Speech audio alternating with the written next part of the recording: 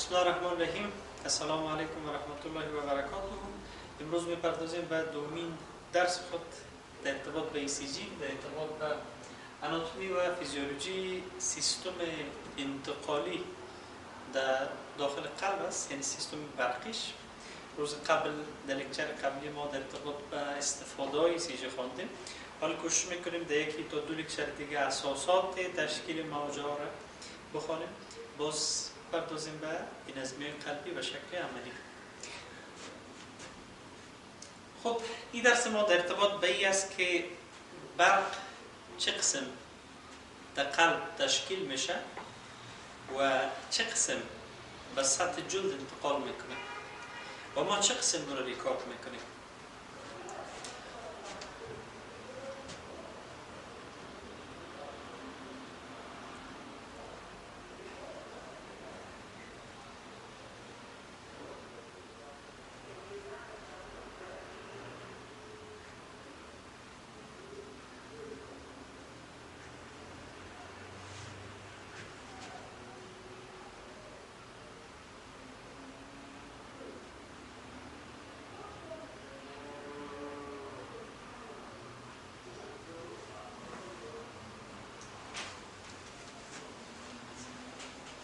خب قسمی که شما میفهمین، قلب خاصیت تولید برق به شکل بنفسه‌ای داره.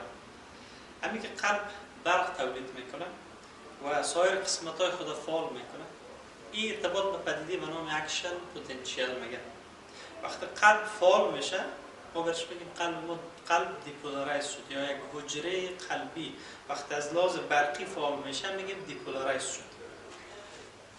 در سیستم برقی قلب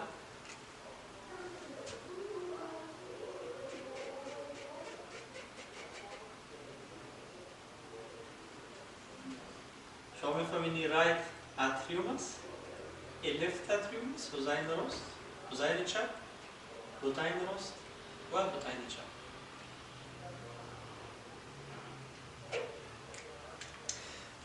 در این سیستم شروع تولید برق یا سیاله از تعداد از حجرات خاص به نام سینود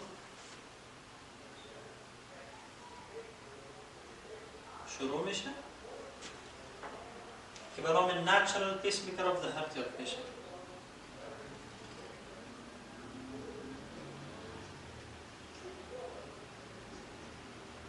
یعنی در حالت عادی اینمی سینود یا عقده ساینواتریال است که سیاله تولید میکنه و سایر قسمت های قلب دیپولارایز میسازه، از لحاظ برقی فعال میسازه.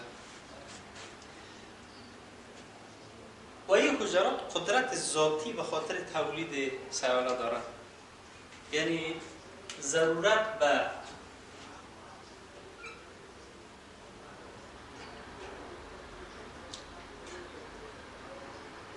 do not need stimulus. منتظر از این هستن که یک تنبیه بیاید بازباد از یا سیاله تولید بکنن.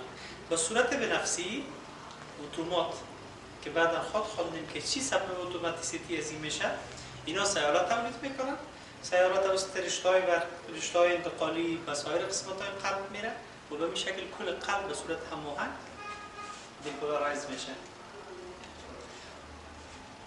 این سینود در رایت اپر پارت اتریوم موقعیت داره، قسمت بالایی و زین راست. وقتی سیاله در این سینود تولید میشه، از طریق سه بندل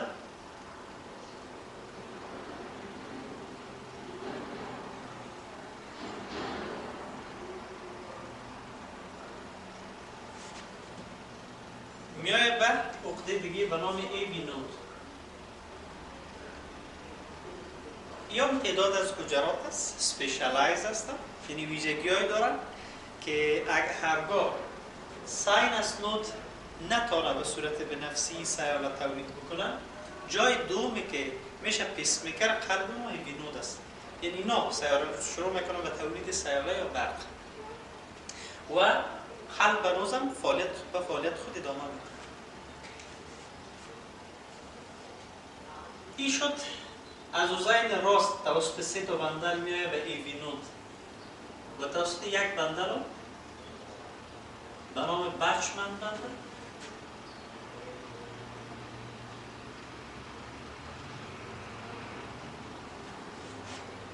میره اوزین چپ برق میده.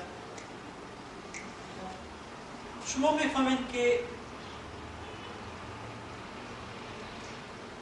جایی که والای قلب یعنی از اوزین دو اوزین توسط دو دانه وال که باز و بسته میشه خونش در داخل دو دانه بطین تخلیه میشه. اطراف والا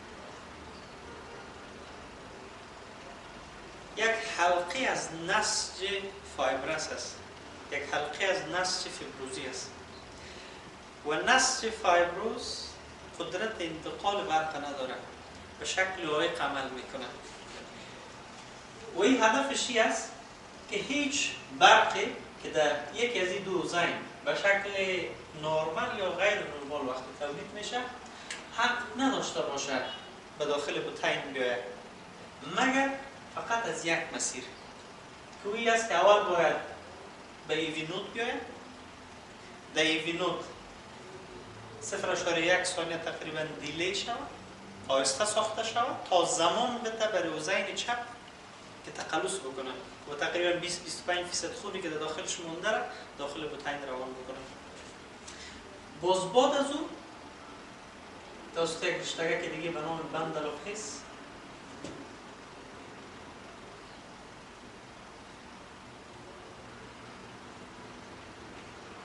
انتقال میکنه به بطین قسمت‌های پایان‌تر.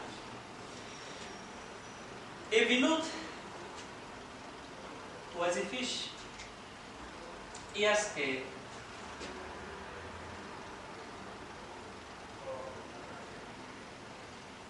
برقی که به صورت نرمال از ساینس نود توسط بندلا بهش انتقال میکنه تقریبا 0.1 سکند متوقف بسازه، آهسته بسازه و اینمی زمان کافی است که فرصت ایجاد شود اوزین چپ و اوزین راست خون خود با اتریال کانترکشن به زور 20-25% خونی که باقی ماندهشانه بر دو بطین روان بکنه. این اهمیت دانستن اهمیت از این به خاطر مهم است که ما یک بی‌نظمی قلبی داریم به نام ولف پارکینسون وایت سندروم. در این بی‌نظمی قلبی قبل از اینکه برق از سینود به ایوی نود بیاید توسط یک بندل اضافی دیگه مستقیم به بطین میره، یعنی همون 0.1 ثانیه دیلی نمیشه با سبب بی‌نظمی‌های که باز زیر عنوان ولف پارکینسون وایت سندروم خود میشه. در صورتی که سیاره‌مون 1 ثانیه دیلی نشه 0.1 ثانیه اما اتریال کانترکشن اتفاق نمیفته. وقتی اوزین دو تا اوزین خون خود به دو بطین روان نکنه دهانه قلبی پایان میاد و این سر موثریت کار قلب تاثیر سو میگذاره. خب بعد سیاره در سینود تولید شد توسط یک بندل به اوزین چپ رفت، توسط 3 بندل به ایوی نود آمد. دو دانه اوزین از دو بطین توسط یک نسج فایبرس تیشو جدا شده که او عایق برق است. به خاطر از اینکه بعضا امکان داره یک میراق غیر نرمال پیدا شود یک سیاله تولید بکنه مثلا در اوزین چپ و او قبل از اینکه بیاید به ایوی نود مستقیم بره به بطین چپ و بطین چپ یک قبل از وقت فعال شود و سبب ایجاد بی‌نظمی‌های بطینی شود. اما این فایبرس تیشو است اجازه نمیده. خب راه نرمال آمدن فقط همین است که از طریق ایوی نود باز بندل آف حس بیاید که جزء سیستم انتقالی است.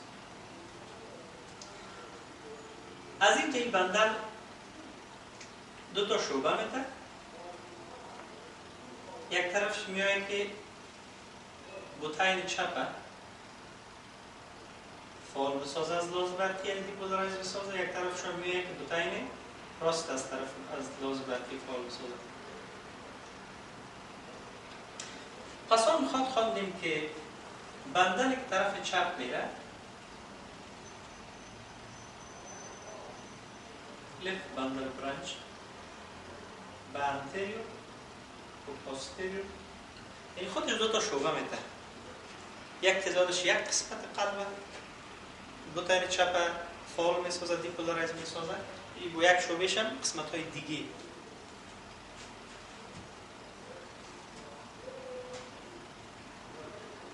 مثلا شعبه انتریور قسمت های قدامی و قسمت های علوی بالایی بطن چپ از لحاظ برقی دیپولارایز میکنه و پوستریورش پوستیرور اینتریور بخاطر از اینکه در مجاورت هم قرار داره.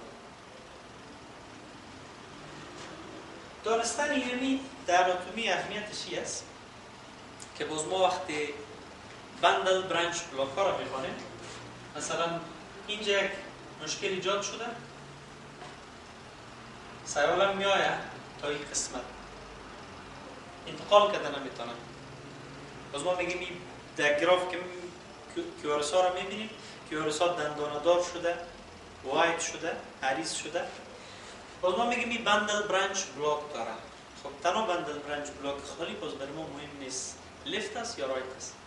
اگر لفت است بعضی حالات تو میباشه که خب اگر لفت است کل بندل بلاک شده یا نه. خب اهمیت دانستن این مسئله دایی است که وقتی ما در بحث بندل برانچ بلاک ها در ECG میاییم، گاهی وقتایی تو اتفاق میفته که بندل چپ در شروع بلاک میشه، هیچ سیاله پایان انتقال کرده نمیتونه، باز کیوارس ها دنداندار رسم میشه. گاهی وقتایی تو میشه که در ابتدا بلاک نیست، پسان وقتی شعبه انتریور یا پاستریور منشأ میگیره تمام شعبه بلاک میشه. باز تظاهرات خاص خودمی داشته باشه که باز ما میگیم این بلاک همی یا بلاک های قسمی است.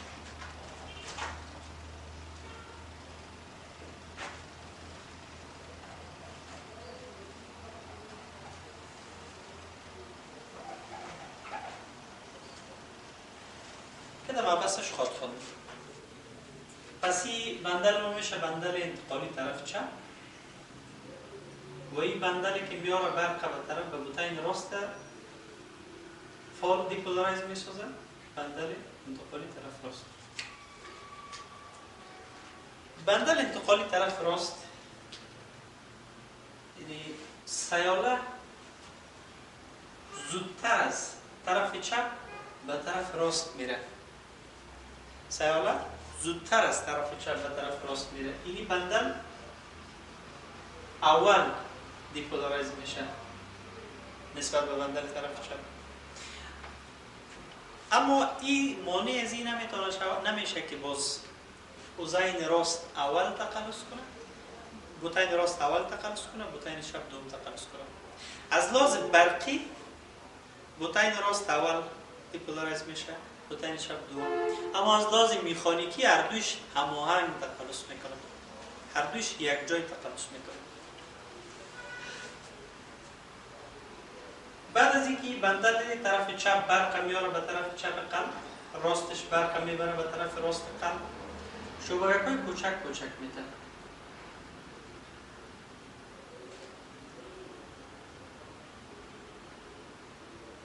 این شبکه‌های کوچک باز یا به نام پرکنج فایبرها میشه.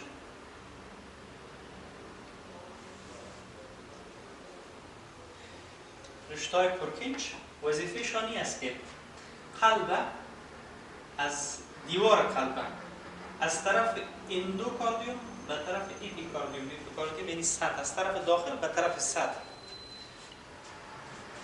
از لحاظ برقی فعال بسازه و به این شکل برق انتشار بکنه به جلد و اینا.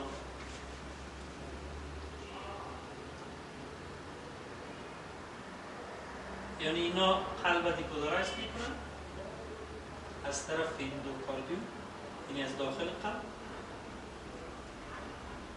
به طرف اپیکاردیوم که از لحاظ کلینیکی هم اهمیت خاص داره. یعنی اگر ما ساده ارزیابی بکنیم، وقتی دو دانه اوزین از لحاظ برقی فعال میشه، به این شکل فعال میشه، میگن لانجیتیودینال دیپولارایزیشن. وقتی از لحاظ برقی قلب فعال میشه،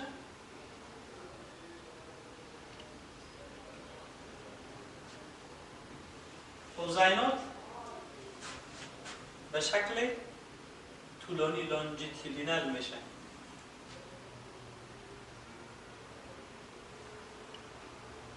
اما دو دانه بوتنگ وقتی برق بهشان رسید، از طرف این دو به طرف اپیکاردیوم به این شکل دیپولارایز میشن که به نام ترانسورس یاد میکنم، ترانسورس دیپولارایزیشن.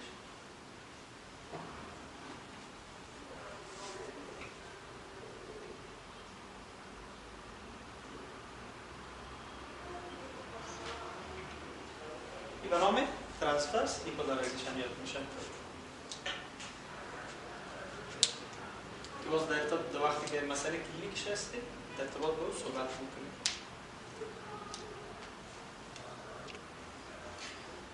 خب حالا میپردازیم به این که صحبت‌هایی که قبلا انجام دادیم در ارتباط با تشکیل موجه در روی ورق ECG چه قسم تشریح شده میتونه، چه قسم تطابق داده میتونه.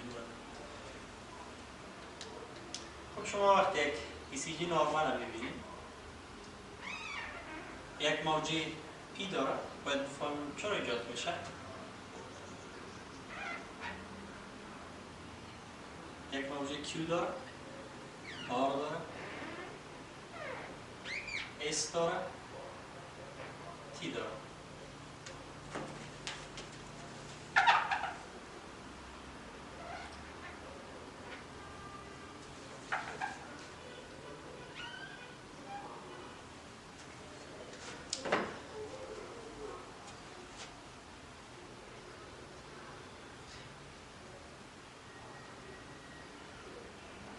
موجه پی موجه است برای ما اتریال دیپولارایزیشن نشان میده، یعنی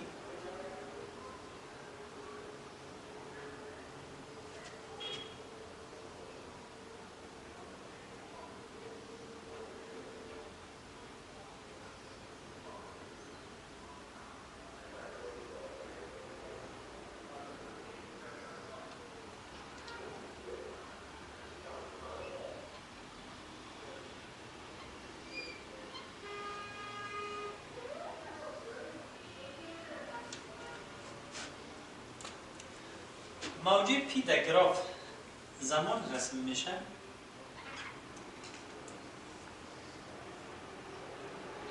که سینود یا هر جای دیگه از اوزین سیاله تولید بکنه و او سیاله همزمان اوزین چپ خود اوزین از لحاظ برقی فعال بسازه. یعنی وقتی که پی در گراف رسم میشه، معنایش این است که اتریا دیپولارایز شد، یعنی یک فعالیت برقی در داخل دو تا اوزین ایجاد شد. همیشه درس قبلی هم ما خواندیم که اول یک قسمت از قلب باید از لحاظ برقی فعال شد، باز زود خلوص بکنه. الکتریکال اکتیویتی از مکانیکال اکتیویتی متفاوت است. خب در موجه پی چه قسم است؟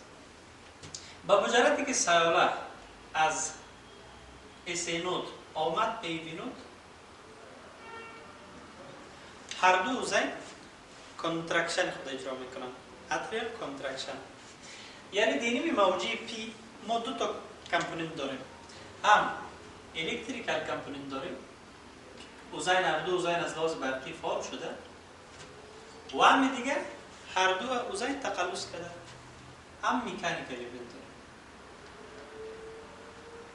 در این فاصله زمانی اتفاق افتاد، هم فعالیت برقی هم فعالیت مکانیکی. در غیر از او وقت موجی پی رسم میشه، یعنی دو تا اوزین دیپولارایز شد، یعنی دو تا اوزین از لحاظ برقی فعال شد. خب به مجردی که اوزین فعال میشه تخلص هم میکنه، در این زمان حساب میشه. بعد از اینکه دو تا اوزین از لحاظ برقی فعال میشه، خب برق از طریق بندل حس میاره به دو بوتین.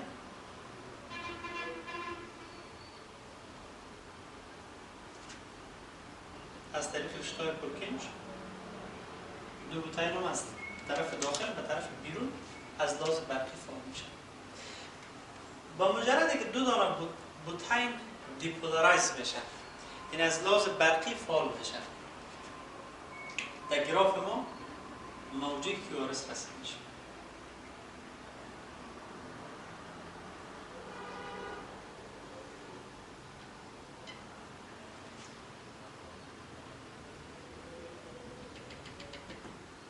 یعنی خود کیوارس نشان دهنده فعالیت مکانیکی برق، مکانیکی بوتین چپ نیست یا هر دو بوتین نیست.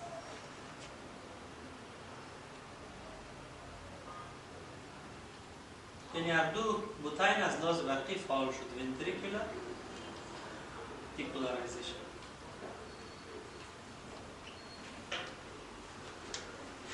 با مجردی که بوتین دو دانه بوتین از لحاظ برقی فعال میشن، تخلص بعدش اتفاق میفته. بعد از اینکه تخلص اتفاق افتاد، بوتین کوشش میکنه که از لحاظ برقی دوباره پس به حالت قبلی خود بیاید. همین که از لحاظ برقی از به حالت قبلی خود میآید، استی تخت استی و موجه استی ترسیم میشه.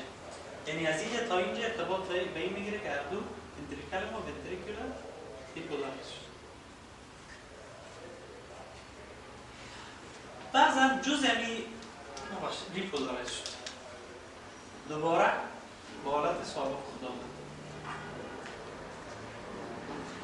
بعضا یک موجه خودی دیگه به نام یو هم جز ریپولارایزیشن می باشه.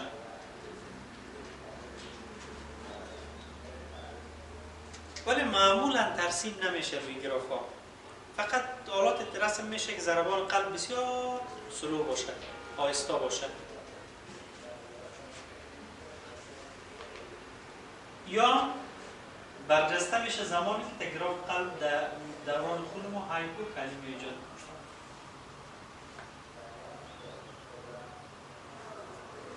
این هم جزء دیپولارایزیشن است.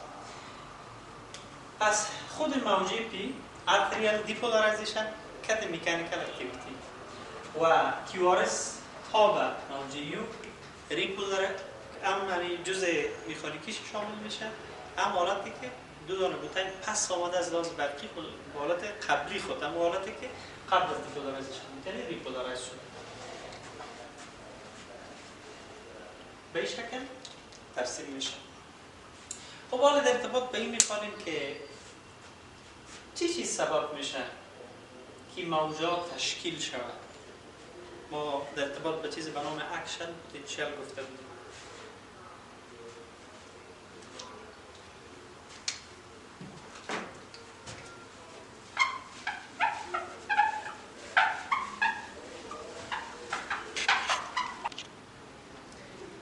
اگر ما یک حجره عضله قلب به شکل یک مربع فرض میکنیم، وسط داخلش باشه و اطرافش، دیوارش و اطرافش، در حالت عادی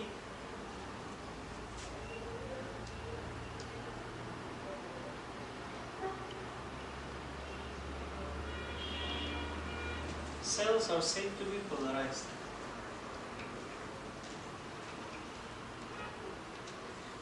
در حالت عادی با وضعیت برقی تمام حجرات ما که هنوز فعالیت نکردن گفته میشه که در حالت پولارایزد است. همین معادل ازی است که در حالت استراحت هم است، در حالت رستینگ استیت خود است. به چی معنی؟ به این معنی که در بیرون چارجای مثبت است بیشتر، در داخل بیشتر چارجای منفی است. اینمی حالت به نام حالت پولارایزد یا حالت استراحتش میگن. به خاطر که در حالت استراحت، حالتی که حجره هنوز کار نمیکنه، مثلا وظیفه یک حجره قلبی است که تخلص کنه، اما فعلا حالت استراحتش از تخلص نداره. دینی حالت مقداری از بیشتر چارج‌های مثبت به شکل سدیم و کلسیم در داخل در بیرون حجره است. داخل حجره چارج‌های مثبت هم داره، مثلا ما پتاسیم در داخل حجره داریم، ولی مقدار چارج‌های منفی از چارج بیرون که کمتر است، یعنی لیس پوزیتیو است، به خاطر نگاتیو میگنش، منفی تر از بیرون است. با وجودی که پتاسیم در داخل حجره وجود داره و پتاسیم چارجش مثبت است، خب سدیم، کلسیم، اینی به حالت برام حالت پولارایزد میگن. مثلا اگر اینجا براتون ترسیم بکنیمش، فقط دیوار یک حجره یک عضله قلب،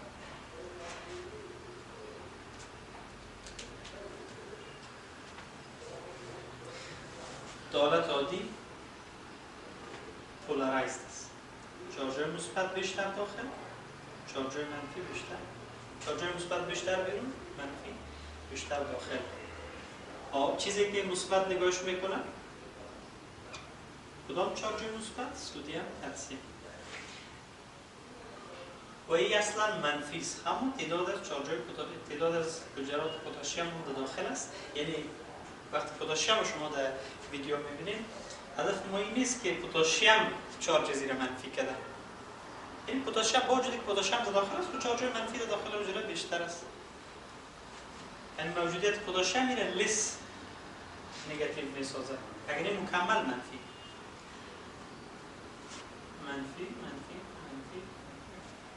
مثبتش بشه.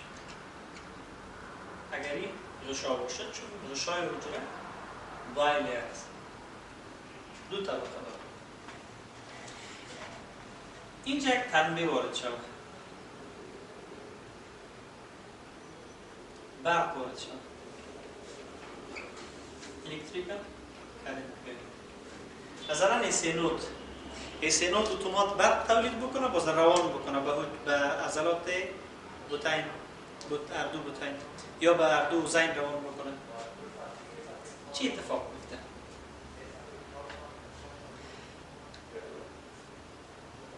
سدیم میاد داخل، کلسیم میاد داخل.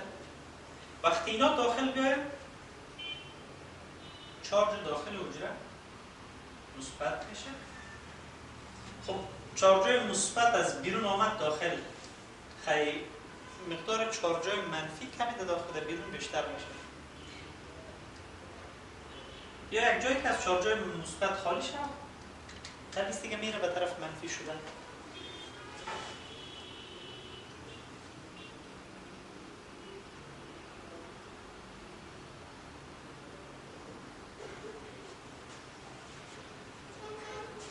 اما هنوز هم به خاطر از اینکه یک توازن نگاه شود، مثبت و منفی مطلق نشه، پتاسیم کوشش میکنه که بیرون بره. وقتی حجره در این حالت آمد، چارج‌های مثبت از بیرون در داخل شد، سدیم یا کلسیم، این رو میگن دیپولارایزد.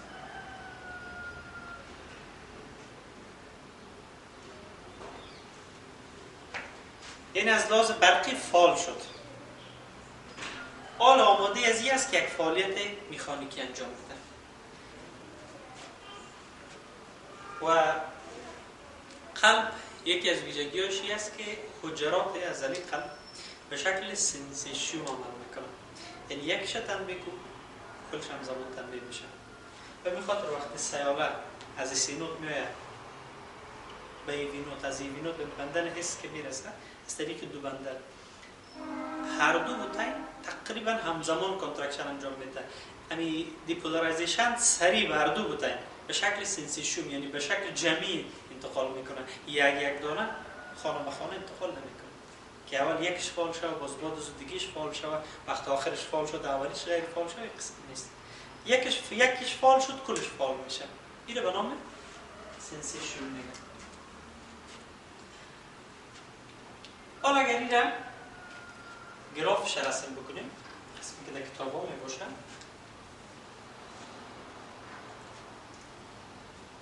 خب بعدا خود خواندیم که وقتی یک حجره در حالت پولارایزدش می باشد، اینی حالت پولارایزد می باشد، یعنی دو تا قطب وجود دارد. صحیح؟ پول یعنی قطب. پولارایزد که می باشه یعنی دو تا قطب وجود دارد. یک قطب مثبت، یک قطب منفی. در ترسیم گراف اکشن پتانسیل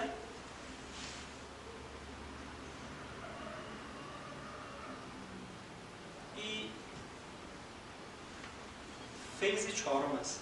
یعنی وقتی یک حجره در حالت استراحت باشد در اکشن پتانسیل که پس آن میخوانیم مرحله 4 اکشن پتانسیل است. وقتی که دیپولارایز میشه مرحله 0 اکشن پتانسیل است. اکشن پتانسیل در مجموع 5 مرحله داره. کارش میکنیم. 0، 1، 2، 3، 4 و 5.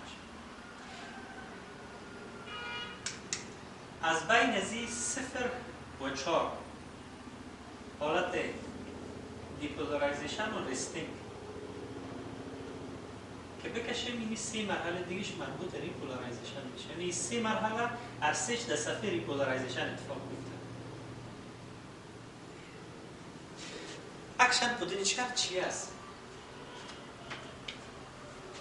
همین که چارجای مثبت از بیرون داخل حجره میاد، این فلو اف آیونز برام اکشن پتانسیل میشه. همین که چارجا از بیرون میاد داخل، در داخل یک تغییرات میاره که ما میگیم دیپولارایزیشن، برام اکشن پتانسیل است. همین اکشن پتانسیل 4 تا 5 مرحله داره و دانستن تمام مراحل ازی برای ما اهمیت کلینیکیش است که باز دوایی که به خاطر بی‌نظمی‌های قلبی داده میشه هر کدامش در یک از مراحل یک اکشن پتانسیل تاثیر داشته باشه.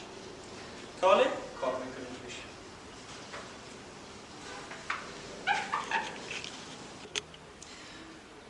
شد. حالا به خاطر به شکل کوتاه اگر بگیم، اگر یک قلب باشه با مجرد که سیاله به صورت بنفسی خود به خودی از سینود تولید میشه، باز میاد به وینود میرسه، 2 دانه اوزین از لحاظ برقی فعال میشه و مجرد که 2 دانه اوزین از لحاظ برقی فعال شد، گرافی که در ECG رسم میشه نامش میشه پی، موجی پی. و مجرد که موجی پی را ترسیم میشه، یعنی اتریال دیپولارایز میشه، کانترکشن هم میکنن، خون خود به داخل 2 دانه بوتین تخلیه میکنن.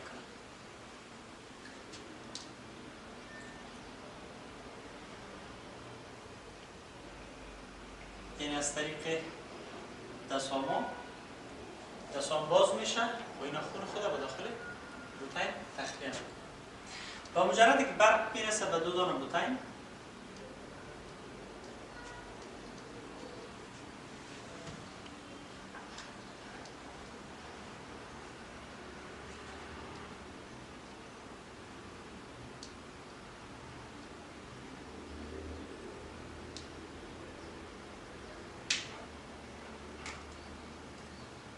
برق به 2 دانه بوتین میرسه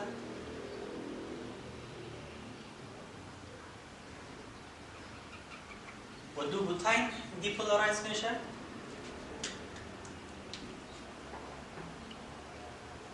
موجه QRS ترسیم میشه. این ترسیم شده بود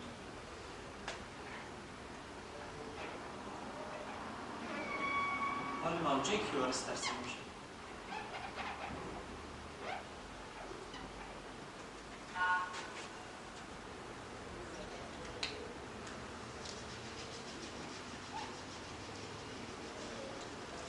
وقتی که 2 دانه بوتین از لحاظ برقی فعال شد، دستامی که خون از اوزین و داخل بوتین میاره با فشار ازی بسته میشه و دستامی که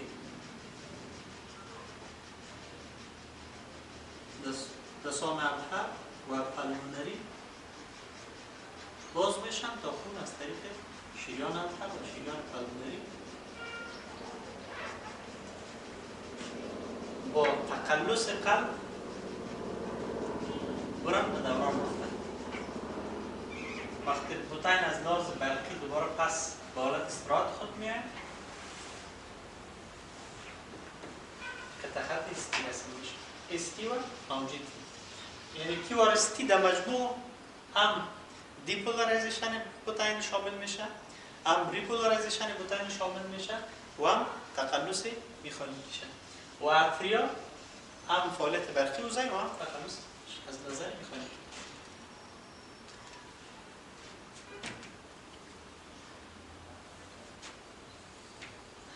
موضوع بعدی ما اکشن پتانسیل بود. گفتیم 5 مرحله داره و ترسیم کردیم که در حالت عادی یک حجره عضله قلبی حالتش پولارایز است. چارج‌های مثبت به دلیل موجودیت سدیم و کلسیم در بیرون است و چارج‌های منفی در داخل است.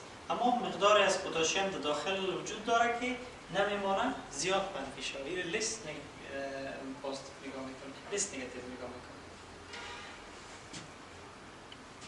آمدیم تنها غشای حجره رو براتون نشان دادیم به این شکل، بیرون مثبت داخل منفی.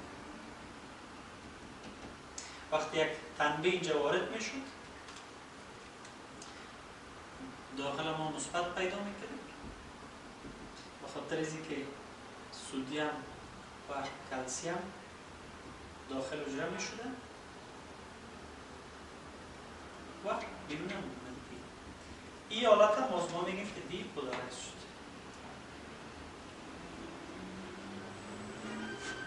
یک حجره عضله قلب، هنوز ما در ارتباط با پیس میکرهای قلب که سینود، وینود یا قسمت های دیگهش باشه صحبت نکردیم.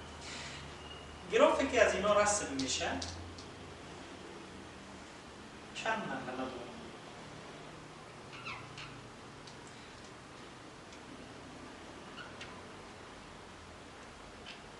وقتی یک حجره دارد استراحت باشه رستینگ فیز، این گراف هست. یک خط مستقیم این گراف رسم نمیکنه که اینجا به نام مرحله 4 یاد میکنه. وقتی چارجا به شدت داخل رفت، مثلا چارجای مثبت، چنل های سدیم باز شد، کلسیم باز شد داخل رفت، یک گراف ترسیم میشه بشه کی باز به نام فیز 0 صفر میشه.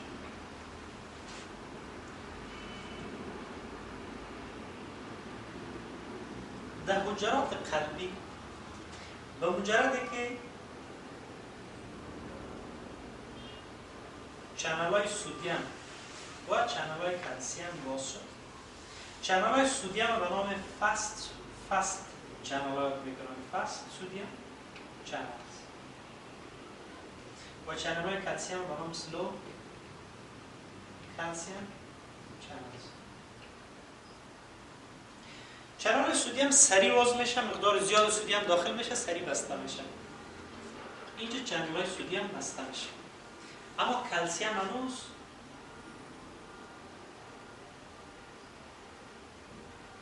در داخل است.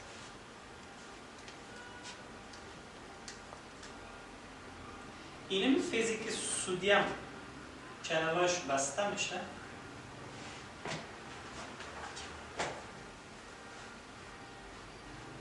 و چنل کلسیم هنوز باز است، این به نام فیز یک باز مرحله میرسه که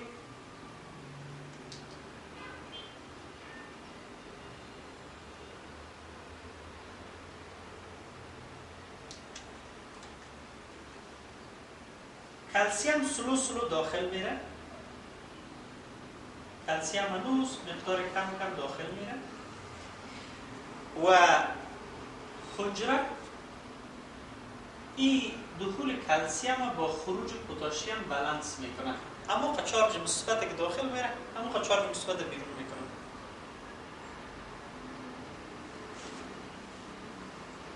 حجره قلبی از قلب، اما چارج مثبتی که به شکل کلسیم داخل میاره، به شکل پتاسیم بیرون میکنه، بالانس ایجاد میکنه. اینو به نام فیز 2 یاد میکنم، یا به نام پلاتیو یاد میکنم. فیز رستینگ خودش گراف ترسیم نمیشه. دیپولارایز که شد دو دانه بوتین، وقتی دیپولارایز شد کیوارس رسم میشه. وقتی که در پلاتیو رسید، یعنی همون چارج مثبت داخل میره، همون چارج مثبت بیرون میره، پس هیچ فعالیت برقی وجود نداره، خط خط استیر رسم میشه. و این خاطری به نام آیزو الکتریک لاین یاد میشه. یعنی هیچ برق نه، حالت بی برقی. صحیح؟ به خاطر همون چارج مثبت که داخل، یعنی تفاوت پتانسیل ایجاد نمیشه که برق هم ایجاد شود و گراف رسم شود. خط خط استیر رسم میشه. یعنی در فیز 0 که پلاتیو باشه، فیز 4 کانترکشن دیپولارایز شد. در فیز 0 که پلاتیو باشه، خط خط استیر رسم میشه.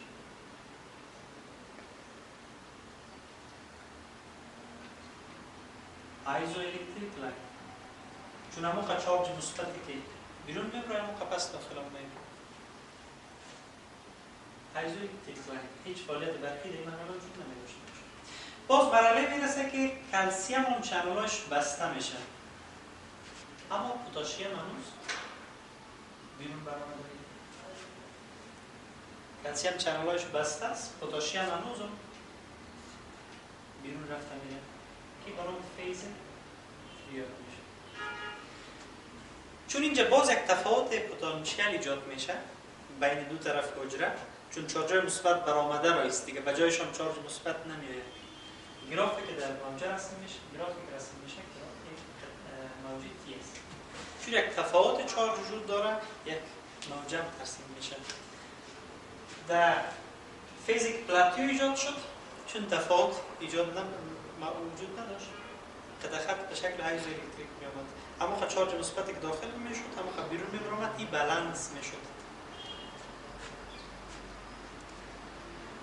اهمیت دانستن این فیزا دایی است که هر دوای ضد بی‌نظمی آنتی اریتمیک در یک از جاها تاثیر میکنه. مثلا ما وقتی که سودیم چنل بلاکرها را میدیم، اینجا چنل های سودیم باز میشد.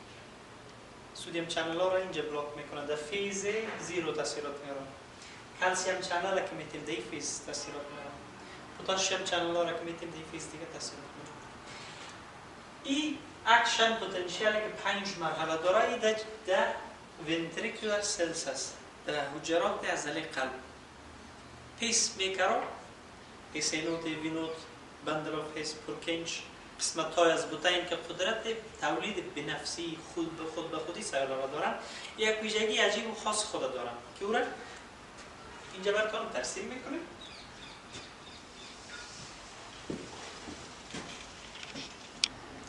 حالا ادامه میدیم درس خود در ارتباط به اکشن پتانسیل در ایسینوت، وینوت، در حجراتی که پیس میکر هستند.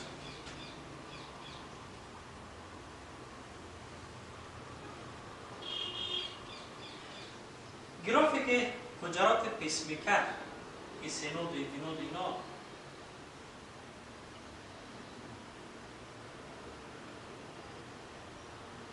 قسمت‌های از ونتریکلا از خود ترسیم میکنن، یک تفاوت داره که اونا هیچ وقت در حالت استراحت دیگه حجرات چینل‌هایشون بسته می باشه، چینل‌هایی که چارج مثبت اجازه بده داخل به. استثناء حجرات پیس میکر است. اینا در حالت استراحت هم چینل‌های سودیم که بنام فن سودیم چینل‌ها میشه کار میخوانیم، در ارتباطش باز می باشه. اونا گراف که رسم میکنن میشه، یعنی گراف خط مستقیم نداره، به خاطر که در حجراتی که پیس میکر هستن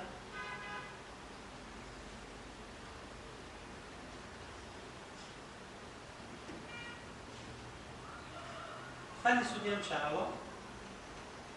چنل های سودیم برای فن سودیم چنل میشن، همیشه باز می باشن.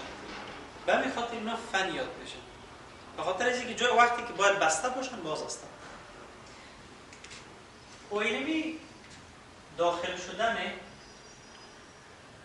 دولت استراحت، داخل شدن سودیم به حجره، ورودش بالاخره با مرحله میرسانه که حجره از لحاظ برقی خود به خودی تنبیه میشه، یعنی به ترشحلد میرسه. به صورت نرمال چه قسم بود؟ باید یک سیاله برقی، یک برق میامد برق و یک حجره قلبی را بوتای میاره، بوتای تنبیه میکرد، باز بعد از او دیپولارایز میشد. اما در حجراتی که پیس میکر هستن متفاوت است. چنل‌های سودیم که برای فن سودیم چنل‌ها یاد میشه به صورت دوامدار باز میباشن، یعنی سودیم با وجودی که حجره دولت استراحت رفته سودیم داخل حجره میشه تا جایی که به ترشحلد میرسونن. این مدل و این است که در این لحظه یک استیمولس آمده، یک تنبیه آمده و حجره دیپولارایز کرده. اینمی مثلا عامل اتوماتیسیتی این حجرات است. به این خاطر و از طرف دیگه این حجرات پلاتیو باز ندارن، یعنی او فیزی که بهش پلاتیو میامد فیز دو باز ما در این نداریم، یعنی از فیز فور مستقیم به زیرو میایم و دو فیزی که در اینجا داشتیم ما در اینجا نداریم. گرافیک اینا رسم میکنن و اینی به شکل دوامدار است. دوامدار فعل سودیم چند را باز میباشه، سودیم داخل حجره شده میره تا حجره به ترشحلد میرسه و این معادل ازی است که بر استیمولس تنبیه شود، باز دیپولارایز میشه، پس دیپولارایز میشه و این نمی کار ادامه پیدا کنه، باز ترشحلد میرسه. این عامل ازی است که حتی اگر رشته‌های اتونومی که از دماغ میآید و قلب قطع شود، هنوز قلب قدرت تولید سیاله را دارد. حتی اگر قلب بکشن از وسط بدن داخل محلول ببارن که در اون مواد غذایی است، ولی این خون برش برسه بر خود قلب خلاص خود ادامه میده با وجودی که رشته‌های عصبیش قطع باشه. به خاطر از اینکه پیس میکر داره، خودش قسمت‌هایی داره که ضربان تولید میکنه و این پدیده که بر ما فنی معلوم میشه سبب اتوماتیسیتیش هست. حالا وقتی ما باز انتی اریتمیکا یا دواهایی که ضد بی‌نظمی قلب هستن میخوریم، ما 4 کلاس میشن. کلاس اول سودیم چنل بلاکرها هستن و ما خواندیم که سودیم چی نقش داره اینجا. کلاس دو بیتا بلاکرها هستن. کلاس سه پتاسیم چنل بلاکرها هستن و ما اهمیت پتاسیم رو میفهمیدیم و کلاس چهارمش کلسیم چنل بلاکرها هستن.